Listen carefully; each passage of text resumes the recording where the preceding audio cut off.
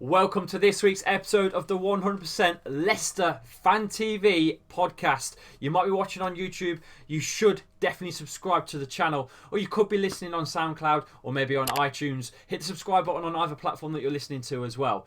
Right, on the show today, I've got a couple of guests. I've got Anthony from the 100% team. I've got Phil Holloway a little bit later on, and also got a Liverpool perspective as well coming up on the show.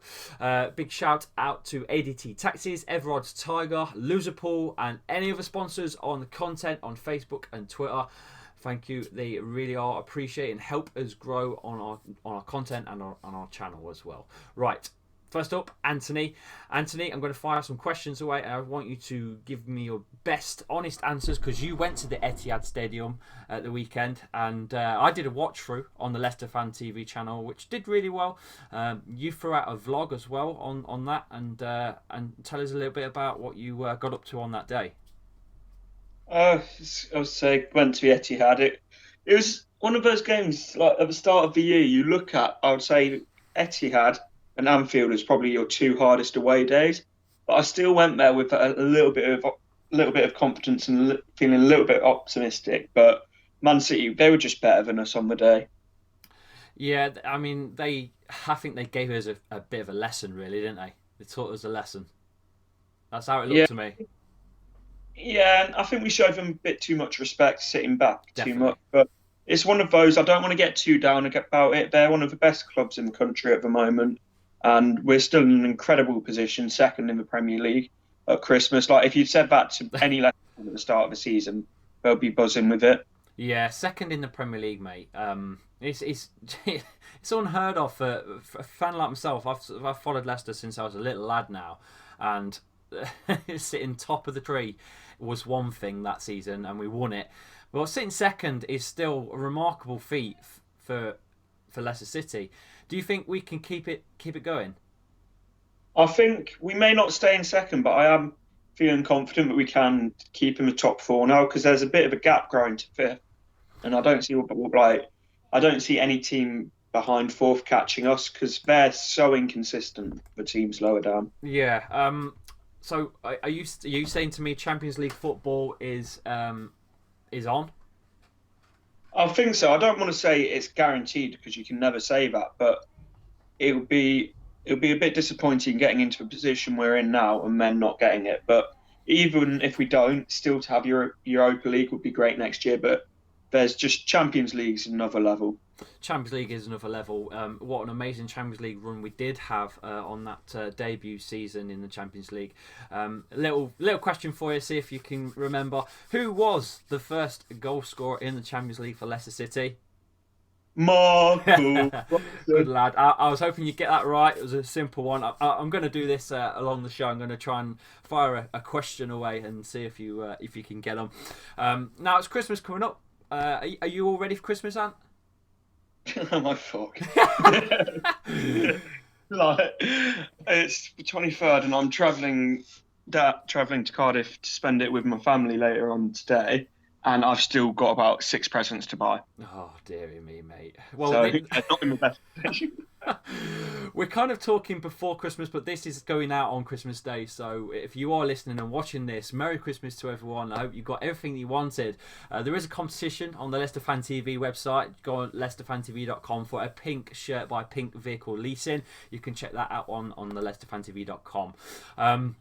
But going back to the game, Ant, look, I'm not gonna lie, but Ben Chilwell got absolutely run ragged by Riyad Mahrez. Turned him inside out, left up, down, left, right, you name it. Is Ben Chilwell getting better, or is it time maybe to seriously look at the defensive capabilities of Ben Chilwell? Because he's not great in defence for me. He's a left back, and he's just not as good as Fuchs. The thing with Chilwell and Mahrez is, I know it was a couple of years back, but Chilwell would have trained with Mahrez every day, and we all know he's going to try and cut into cut onto his left foot, and it seemed to beat Chilwell every single time. And it's like we could all see what was coming. I'm just surprised he didn't see what's coming. I know it's harder to like stop it than say it, but he just looked completely confused by it. Yeah, he just. I don't know. It's almost like Mahrez had a word in his ear. So can you just let me get past you a few times and put some goals in? Because that's what it looked like to me. He was just. I don't know what he was doing. Why was he even on the pitch at that point? Honestly, we could have done with Fuchs at left back. But the biggest thing for me, Rodgers should have done, I think, that wasn't to be, was to get Hamza Chowdhury on and take Kevin De Bruyne out of the game. Potentially, yeah, but at the same time, if you bring Hamza Chowdhury on, then who do you take off? And then that will make us even more defensive. So it's one of those. Look, Yuri Tielemans had the worst game he's had for a very long time. What I thought, anyway. I didn't think he turned up, to be quite honest. And I think we wouldn't have missed him on the pitch on that game. It just wasn't there for me. So I would have took Tielemans off for Chowdhury. I get that, but he's one of those players that, like this Tielemans, that even if he's not having the best game, he's got a moment of magic in him that he can sort of unlock a defence or score a goal out of nowhere. So I see what you're saying, but at the same time, I would have kept with it how it was. I don't think any changes were really going to change too much that day. I just think we were beaten by the better side. Yeah, they were fantastic, mate. They really were. Like I say, I watched them here in the little office, and they were just the better team. I'm not going to deny it. We just didn't. I don't think we performed nowhere near the standard that we probably have in the season, and it was against probably the most important, except for the Boxing Day fixture, games of the season. Speaking of Boxing Day, we've got Liverpool at home, 8 o'clock kickoff, which I'm still grumbling about. I hate the fact that it's 8 o'clock with no public transport and people are drinking and family and busy on Boxing Day. I don't think I'm going to be able to make it. I've got family gatherings going on, left, right and centre. I've got, my side, my missus' side. So to get to the game, it's a difficult one. It's either a taxi for about 25, 30 quid there and back or more, because you know they're going to charge double. What's your thoughts on the Boxing Day fixture being 8 o'clock? I just want to know what you think, because I think it's wrong, personally. Like, it's personally for me, it's actually worked out quite well, but generally it's just not right having a Boxing Day fixture at 8 o'clock, and it's for Liverpool fans that I feel sort of particularly bad for having to travel back up to Liverpool after 8 o'clock, after an 8 o'clock kickoff. It's again, like you say, the Liverpool fans, they've got to travel. They're not going to. What's the times the kickoff's 8 o'clock? It's going to finish at what, about 9:45? It's what is it, 2.5, 3 hours or more for them? Yeah, it might be even busier because it is Boxing Day. That's what I mean. It's ridiculous, and I think it's only going to get worse over the longer the Premier League is up for. Basically, the kickoffs are up for the highest bidder, aren't they? That's what it is now. It's because of Amazon Prime, this one, isn't it? Yeah, but it makes you think, who else is going to go for football later on down the line? All these big places are going for Apple TV, and you've got Netflix and God knows what else. Are they eventually going to look at Premier League as well? Because they're all competing for views and viewers. So I don't know, but I think the fans are the ones that lose out. The fans that are going to the games. We could have just boycotted it and made the because at the end of the day, the presentation on TV only is replicated by the fans. If there's no fans, a game is pants to watch on TV, isn't it? We've all watched a game where it's been closed off and it's rubbish. Yeah, and I don't think it's at the stage of boycotting at all yet. I know, but I still think it's absolute tosh. But there you go. But going on to the actual fixture, they've just won the Club World Cup. They're European champions right now. Are we scared? No. I think we've lost once at home under Brendan Rodgers, I believe, and that was 8 months ago to Newcastle. Yeah. So, like, if there's any team that can beat Liverpool, I don't see why it can't be Leicester. I'll get you the previous stats on Leicester and Liverpool right now. I'm just clicking on there and getting them up from the official website. You've got total played. Leicester versus Liverpool, we've played 29 times in all competitions. We've beaten Liverpool 8 and we've lost 15. And 6 draws between the sides. Liverpool's form right now is all green. wins. Leicester obviously were all greens apart from the loss at the weekend to Man City. Liverpool sitting top, 10 points above, and a game in hand now as well. So if they do come down here and beat us, I think the title race is pretty much dead for anyone else to chase them. I feel like it's practically dead anyway. I don't know how you feel about that. Yeah, they're pretty much out of sight now. They can afford to lose a couple of games and still run away. Well, still have a comfortable gap. And for me, that's the presumption. Even if they do sort of lose a couple of games, that we don't drop any more points before the end of the season, which isn't going to happen. Yeah. Favourite memory play against Liverpool, Leicester? It's got to be that Vardy volley. Of course. I was just about to say the same thing. Had to be, didn't it? It just has to be. It can't be anything else. It was also I believe Liverpool was the first game as well after Ranieri got sacked, wasn't it? Going back to 2000 and where are we? 2017, aren't we? I believe that. Was it the February fixture? Was that right? I think so, and I think we won that one 3-1 as well. That's right. So. You've got your stats there correct, mate. 3-1. It was a 3-1 win. Was that under Shakespeare? Yeah, that was under Shakespeare, and it was just a very strange atmosphere. I remember that game so well. Yeah, I do as well, mate. It was that dream volley, and I think was that one of the. I think that was one of the first times I met you, mate. But look, the fixture itself. Do you think there's going to be many changes coming into the match on Boxing Day, or do you think we're going to go for a full squad again with the same sort of players? Vardy up top, Casper at the back, obviously Ricardo on the right, Chile on the left. You know, the same old. Be very, very similar, but we may see a change on the wing. I know Barnes. There was doubts over his fitness because he took a knock against Man City, but yeah. Even if he had that knock, I might have dragged him away from the team for a little bit. That knock you're speaking of with Harvey Barnes, wasn't that the Edison challenge? Yeah. What do you make? Do you think that was a foul? Because I do. It might have been, but to be honest, at the end of the day, game was gone. Penalty, I still think that they would have won the game. So It's all if buts and maybes, isn't it? No, the previous game was 2-1 at Anfield earlier on in the season. It looked like we were just going to get a point with a James Maddison equaliser. And Mr. Michael Brighton, got in the wrong place at the wrong time again for me. I don't know why he sits at right back sometimes. I suppose he was just defending. But it's not the first time he's been caught out in that position.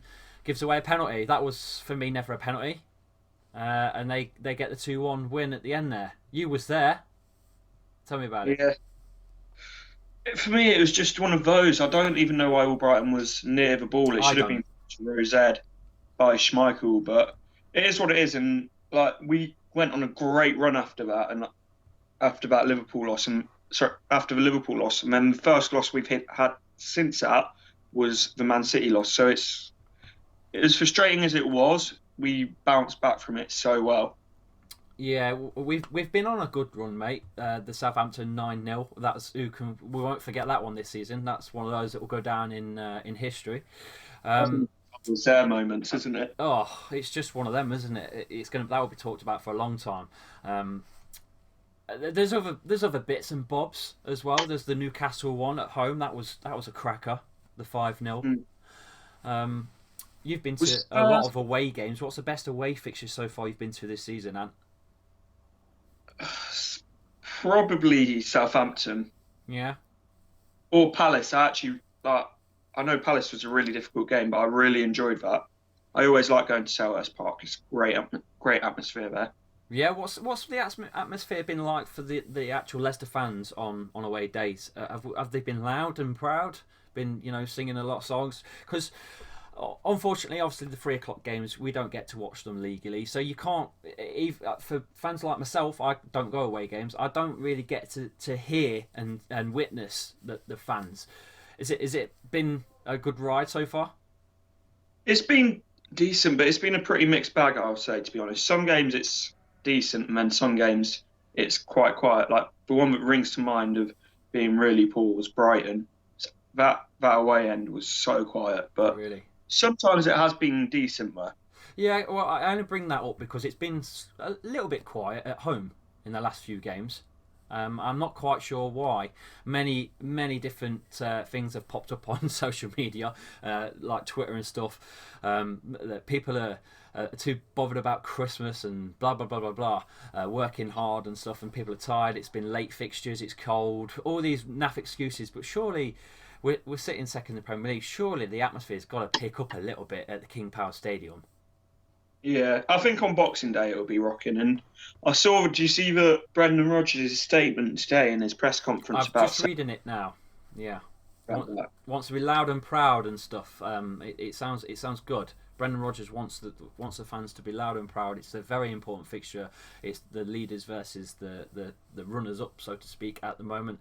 And big news as well. It's not big, but it's a kind gesture by the club as usual. Leicester City Football Club, King Power brand, the best owners of club football. Free beers or water for Foxes fans attending the Liverpool fixture on Boxing Day. It's important though, isn't it? Yeah.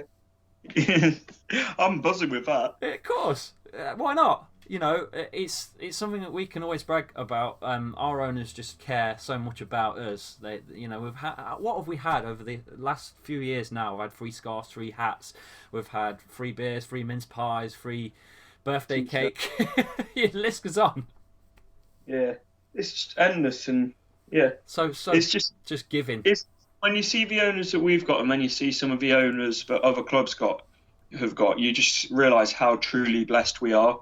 It's just unreal, and it's just so sad to what happened with Shy.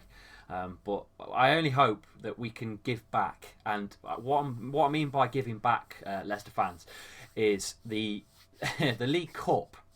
We are in the semi-finals against Aston Villa.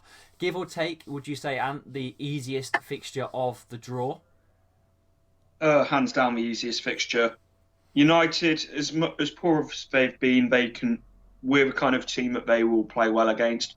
They play well against better clubs who go and attack them, and we will attack them. Yeah. And then Man City in the League Cup. I know they've won it over the last couple of years. They can be a bit of a mixed bag though, in terms of they could have rotated quite heavily also. Yes, that's what I was thinking. But I think Leicester are going all out to win that.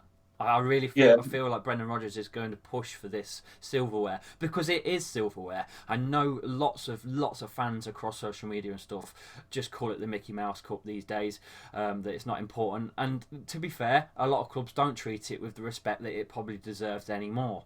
But I do feel that it is one that we can get our hands on and potentially give back to what really has been a tremendous probably 18 months now with Vishai's passing, and giving it back to the owners, so to speak. Yeah, and as good as it would be doing that, I don't think that would be the only positive to it as well. No, If we of could, course not. If we could win a piece of silverware, it could potentially entice players to stay at the club that might sort of be looking elsewhere and stuff, like players like Maddison, who will have offers in the summer. I know it's only a small trophy, but if he thinks that could sort of be the start of kicking on to something more, it might entice him and other players to stay. You mentioned James Maddison there. He is a Man United boy. He's a Man United fan. Yeah, apparently, so I've read, he is a Man United fan. I don't know how true that is, but that's what I've read. Just like Maguire was a United fan apart. Well, that's a different story, I think. Because he was a Sheffield fan as well, apparently. So he's a blade. He is a blade. Yeah. Harry Maguire is a blade, and I don't care what anyone says. He's just full of it with the Man United stuff. That's just Yeah, so every signing that United have, apparently they've been a United fan their whole life. So It's probably I take something you have to sign up to when you get a contract with Man United, is to say that you're a Man United fan on social sheets, so it spreads the word that you're part of the Red Devil Alliance. but James Maddison, Leicester have valued him at £100 million, close to Mhm. 120, I think. Do you think he will go in the summer? Not if we get top four. Not if we get top four, which is, I think, well, we've already spoke. I think will be more than doable. I think top four is, I think it's on. To be honest with you, I think fourth, anything out of that is now a massive failure, because we've played so well, and you can't be second in the Premier League at Christmas and then drop to 10th at the end. And if we do, I'll cry. So Uh, so yeah, James Maddison, 100 mil. That's a lot of money, mate. That could buy you so what for the January transfer window? What would you do with 100 mil? what if 100 mil was that if Madison was to go? Well, I'm just talking 100 mil. 100 mil for one player. What would you spend that on if you could? Just on one player. Well, you can buy two if you want, mate. The question's to What I you. would do is I would put 10 million on Ryan Fraser because he's out of contract at Bournemouth at the end of the season. Yeah, And great player, by the way. Bournemouth aren't the type of club who can let a player of Ryan Fraser's quality walk away for nothing. Should you take Callum Wilson as a backup as well? Um, Or is he yes, not but quite I good enough? want to come and sit on the bench at Mm, Leicester. mm. I don't like as good a player as he is. I don't see why he would want to do that. And then I'd also be looking at spending big money on another winger. So bring in Ryan Fraser and potentially someone like Leon Bailey or a really big established name. Any rumours you've seen that I've not seen that who we're linked to at all? There's that centre back, the Turkish centre back we've been linked to. I can't think of his name. The guy, the Juventus. I can't Oh think. yeah, I've seen that. No, Oh, I can't think. I won't be able to get that up because I can't just Google a random person. It don't work like that. Is there anything else you've seen and at all floating about?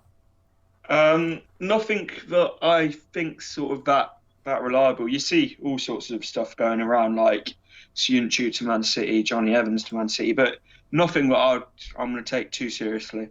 God, Johnny Evans. You just mentioned Johnny Evans there. What a rock he's been. I think he was probably a standout player against Man City. I know we lost, but what a rock he was. Yeah, I can't believe we signed him.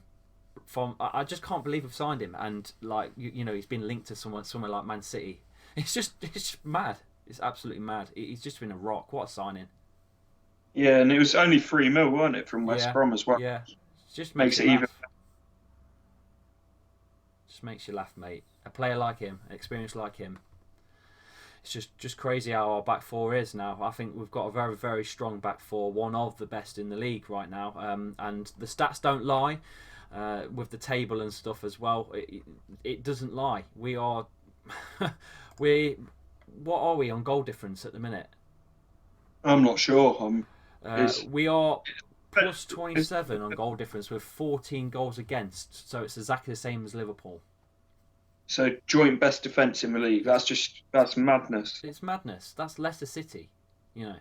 Yeah. Now, growing up, and I always thought we had a good defence when back in the day when we had the likes of Steve Walsh or Jerry Taggart or Matty Elliott at the back. You always had these big stocky lads at the back, and I think we've had that even for the last few years. We've had like players like Robert Hoof, Wes Morgan, and now we've got Siyuncu and Johnny Evans. Harry Maguire who's just gone. We've always seemed to have these big stocky, sort Yeah, of but slow, but they're effective at what they do.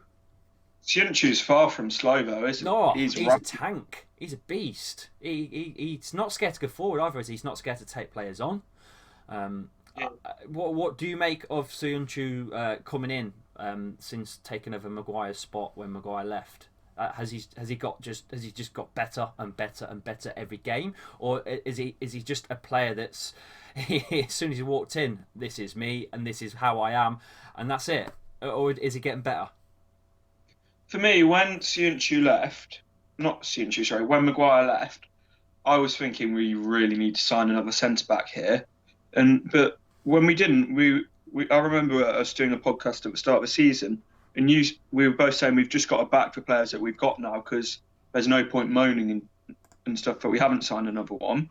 So yeah, I was quite disappointed, but the way Siunchu has come in and just played absolutely outstandingly, and I would argue with anyone that in the period he's been playing for us now, the first 18 games of this season, he's been better than Maguire was for the whole 2 years he was with us. He's absolutely fantastic, mate. I agree. I think he is better than Maguire, and he got a fan chant practically a week after Maguire had gone as well. That's the thing. Who deserves the chant that's not got one yet, mate? Ricardo Pereira?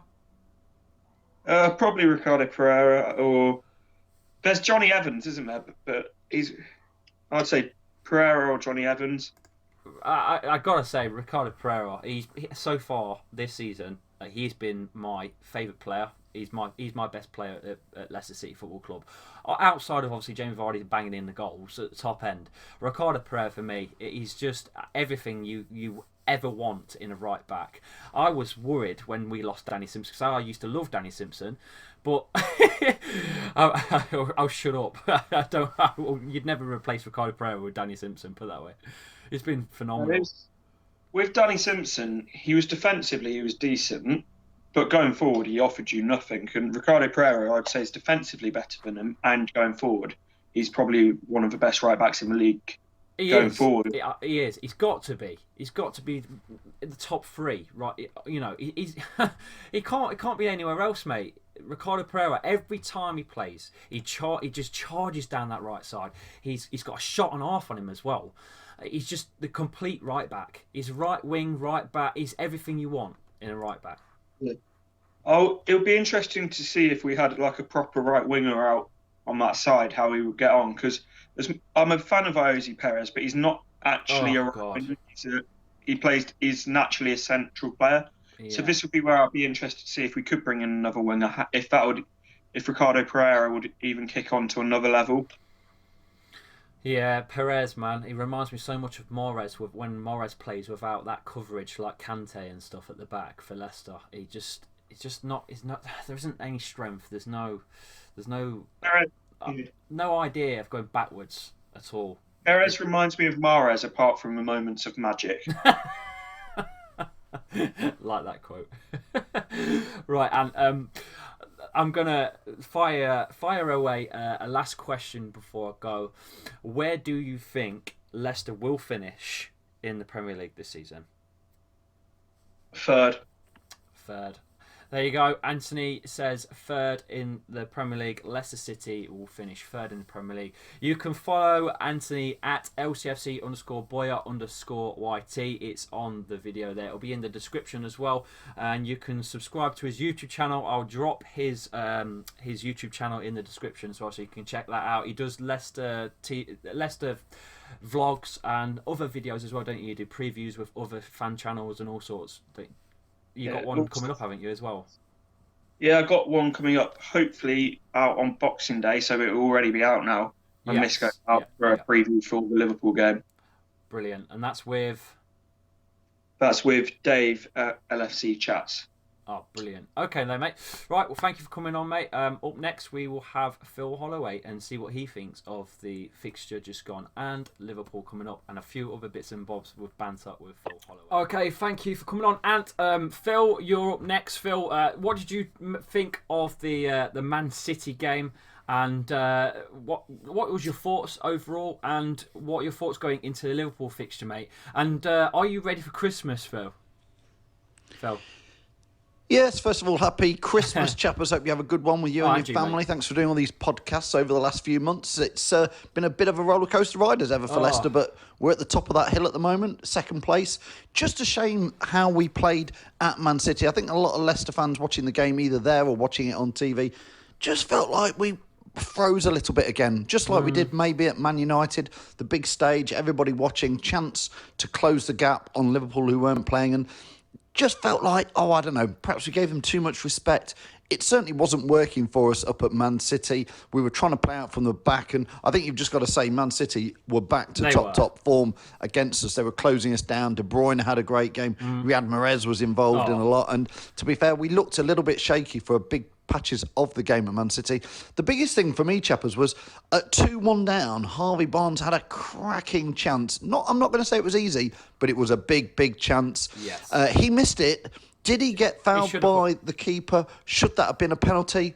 Ref didn't give it. VAR didn't even look at it. Again, the game against for Chelsea and Spurs the following day, Spurs did get a penalty in a similar incident. Yeah. I don't know.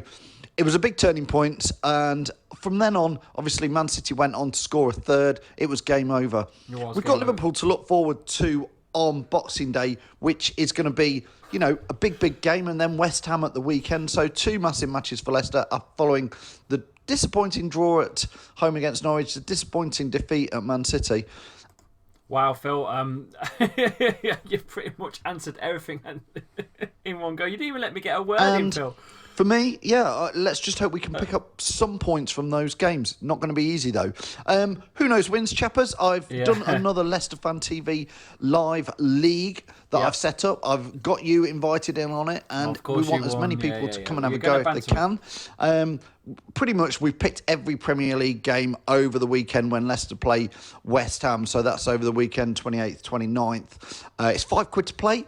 Chuck in £5. We split the pot between the first, second and third. So a good chance of winning a few quid back. And it's all just a bit of fun, obviously, Chappers. So big games in there, all the Premier League games this weekend.